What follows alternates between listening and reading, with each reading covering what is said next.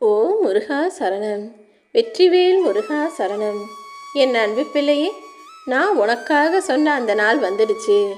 இப்போது நீ கனவுல கூட நினச்சி பார்க்காத அளவுக்கு உன் வாழ்க்கையை சுகமாகவும் சந்தோஷமாகவும் இன்பமயமாகவும் வாழப்போகிறாய் என் செல்வமே.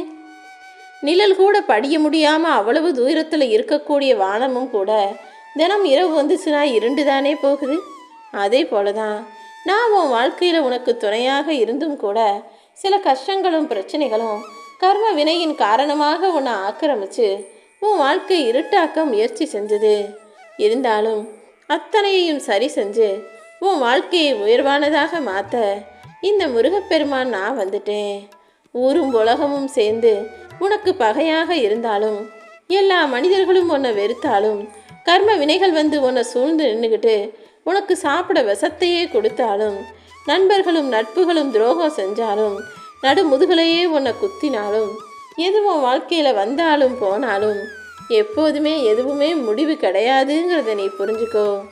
என்ன நம்புனீனா எல்லா கஷ்டங்களையும் சுலபமாக உன்னால் கடந்து வந்துட முடியும் என் செல்வமே. உண்மையான அன்பையும் பக்தியையும் கொண்ட என் அன்பு பிள்ளையான நீ என்னை தேடி எங்கேயும் போக வேணாம்.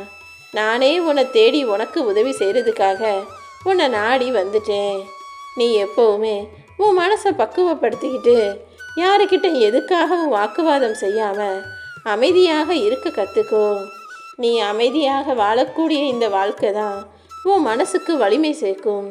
இல்லைனா அடுத்தவங்க அவங்க தேவைக்கு உன்னை பயன்படுத்திக்கிட்டு தூக்கி எறிஞ்சிட்டு போட்டுட்டு போய்கிட்டே இருப்பாங்க. நீ எப்போதும் மற்றவர்கள் தேவைக்கு பயன்படும் பாத்திரமாக இருக்க வேண்டாம். உன்னுடைய ஆசைகளையும் உன்னுடைய விருப்பங்களையும் நீயே செஞ்சுக்கிற என் அன்பு பிள்ளையாக நீ இருக்கணும் என் செல்வமே. கணவனும் மனைவியும் சேர்ந்தது தான் ஒரு குடும்பம். நிறைய குடும்பங்கள் சேர்ந்தது தான் இந்த உலகம். மொத்தத்தில் இந்த உலகத்தில் பெரும்பகுதியான ஆக்கிரமிப்பு என்னன்னா கணவன் மனைவியும் சேருகிற வாழ்க்கை தானே. அது ஒரு அற்புதமான வாழ்க்கை. கணவனும் மனைவியும் விட்டு கொடுத்து நல்ல குணத்தோடு அனுசரித்து போகும்போது அவர்கள் வாழ்க்கையும் சொர்க்கமாக இருக்கும். அவர்களுடைய பிள்ளைகளும் அடுத்த தலைமுறையை சரியான ஆளாக உருவாகுவாங்க. இதை தொடர்ந்து நீ செய்யும்போது உன் வாழ்க்கையில் நிம்மதியும் சந்தோஷமும் மட்டுமல்ல, தரித்திரமும் தேவையில்லாத சங்கடங்களும் கூட விலகி நல்லதே நடந்து உன் வாழ்க்கையும் உன் குடும்பமும் நிம்மதி நிறைஞ்சதாக இன்பமயமானதாக இருக்கும் என் செல்வமே.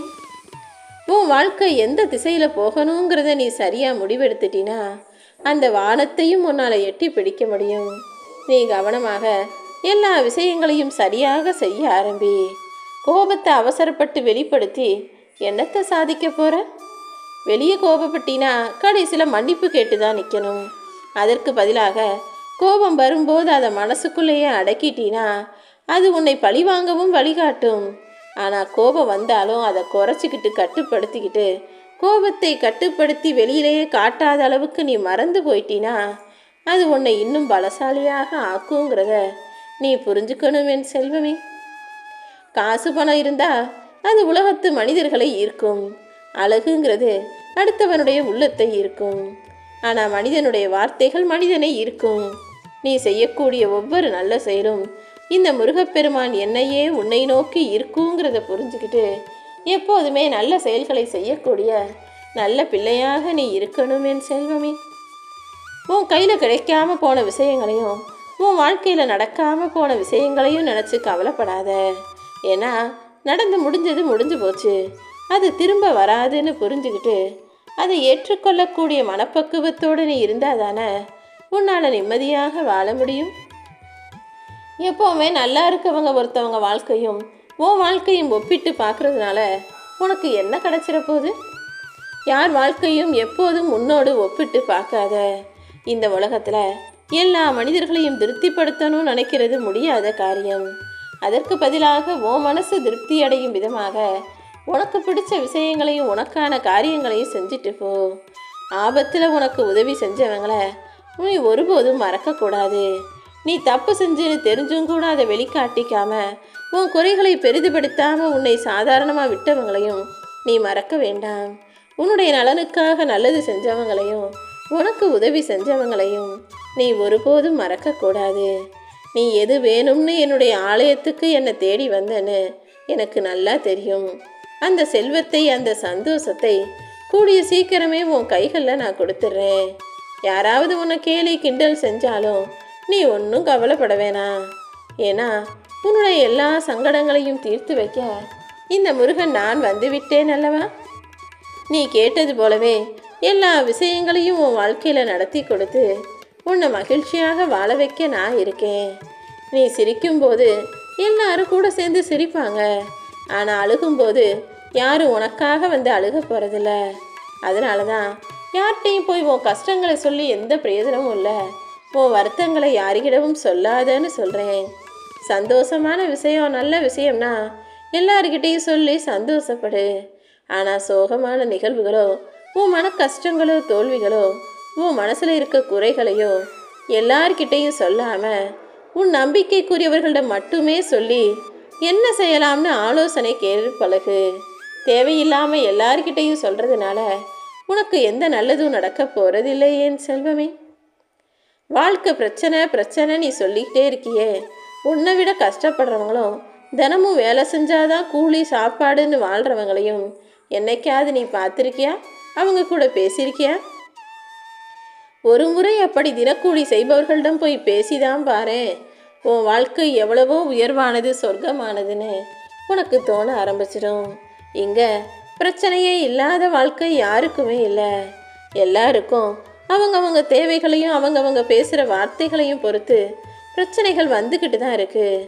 என்ன ஒன்று, நீ என்ன நம்புறதால உன் பிரச்சனைகள் எல்லாத்தையுமே சீக்கிரமே முடிச்சு கொடுத்து உன்னை நல்லா வாழ வைக்கணும்னு இந்த முருகன் உன்னை தேடி வந்துட்டேன்.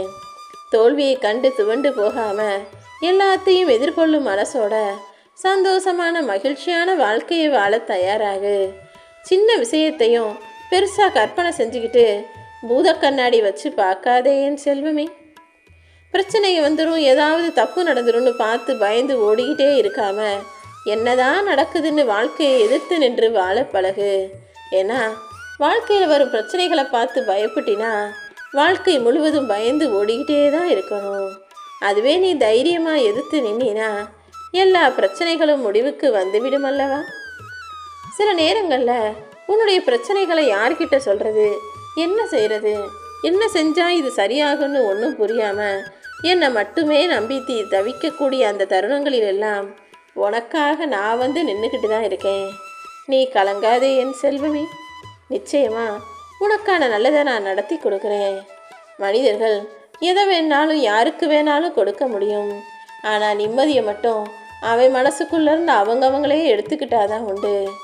வாழ்க்கையில் நீ சந்திக்கக்கூடிய பிரச்சனைகளும் சூழ்நிலைகளும் எதுவாக இருந்தாலும் சரி, மகிழ்ச்சி, துன்பம், கஷ்டம், பிரச்சனைன்னு எது வந்தாலும் எல்லாத்தையும் சமமாக பார்க்கக்கூடிய மனப்பக்குவத்தோடு நீ இருந்தீனா நிம்மதி எப்போதும் உன் மனதில் இருக்கும் அல்லவா.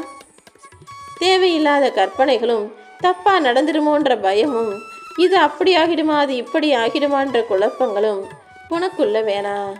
இதுவரைக்கும் நீ தோத்ததையும் நம்பிக்கை இழந்ததையும் ஒரு அனுபவமாக எடுத்துக்கோ. இன்னும் உன் வாழ்க்கையில் நீ முன்னேறி செல்வதற்கு இந்த முருகப்பெருமான் உனக்கு துணையாக இருப்பேன். நீ வாழ்க்கையில் விரக்தி அடைகிற அளவுக்கு எதுவுமே நடந்துடல. ஏன்னா உன்னை விட கஷ்டப்படுறவங்களும் உன்னை விட வேதனையை அனுபவிக்கிறவங்களுமே கூட இந்த உலகத்தில் இப்போ நல்லா வாழ்ந்து காட்டி ஜெயிச்சுக்கிட்டு தான் இருக்காங்கன்றத நீ புரிஞ்சுக்கணும் என் செல்வமே. நம்பிக்கையை தளர விடாத. எப்போ பார்த்தாலும் மனசு கஷ்டத்திலேயே வச்சுக்கிட்டு இருந்தீன்னா எங்கே போனாலும் உனக்கு கஷ்டம்தான். மனசில் இருக்க துன்பத்தை தூக்கி போடு. இறக்கி வைக்க தெரிந்தவன் எங்கே இருந்தாலும் கஷ்டத்தை இறக்கி வச்சுட்டு நிம்மதியாக இருப்பான். அதை விட்டுட்டு எனக்கு இறக்கி வைக்க முடியலை, என் மனசு கஷ்டமாக இருக்குது, பாரமாக இருக்குன்னு சொல்கிறவனுக்கு எல்லா நாளும் துன்ப நாளாகவும் துயர நாளாகவும் தான் இருக்கும். முதல்ல உன் மனசில் இருக்க பாரத்தையெல்லாம் என்கிட்ட இறக்கி வையே. இந்த முருகப்பெருமான் உனக்கு துணையாக இருக்கும்போது உன் துயரங்கள் எல்லாம் நான் தீர்த்து வைப்பேங்கிறத புரிஞ்சுக்கோ. உன்னுடைய துயரமும் துன்பமும் கடன் பிரச்சனையும் எல்லாமே காணாமல் போகும்படி நான் செய்கிறேன். சிக்கலே இல்லாத சந்தோஷமான வாழ்க்கையை நீ வாழும்படி உனக்கு துணையாக நான் இருப்பேன். எப்போ பார்த்தாலும் துன்பம் துயரம் பிரச்சனைன்னு சொல்லி வாழ்க்கையை சலிச்சுக்கிட்டு என்னதான் செய்ய போகிற? உன் உடம்புல மொத்தம் 9 ஓட்டைகள் இருக்குது. அதோட இந்த துன்பமும் ஒரு 10வது ஓட்டைன்னு நினச்சிக்கோ. ஓட்டைகளுக்கெல்லாம் கவலைப்பட முடியுமா என்ன? வாழ்க்கையில் என்ன செய்யணுமோ அதை யோசிச்சுட்டு செஞ்சுட்டு போ.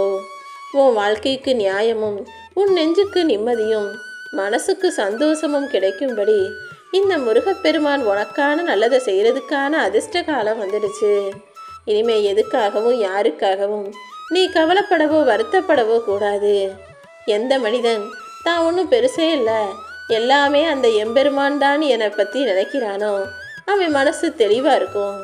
அதை விட்டுட்டு நான் தான் எல்லாம், எனக்கு தான் எல்லாம் தெரியும்னு நினைக்கிறவன் வாழ்க்கையை உயர்வாக வாழ முடியாது என் செல்வமே. என்னை பார்த்து ஒரு நாள் கல்லுன்னு சொன்னவனும் கல்லை ஒரு நாள் கடவுள்னு சொல்லவனும் இதே பூமியில் தான் இருக்காங்க. எல்லாமே அவங்கவங்க மனசை பொறுத்தது தான். நீ என்னை முழுசாக நம்பினா நீ நினச்ச காரியங்கள் எல்லாத்தையும் நிச்சயம் வெற்றிகரமாகவே நான் உனக்கு முடிச்சு தந்துடுவேன்.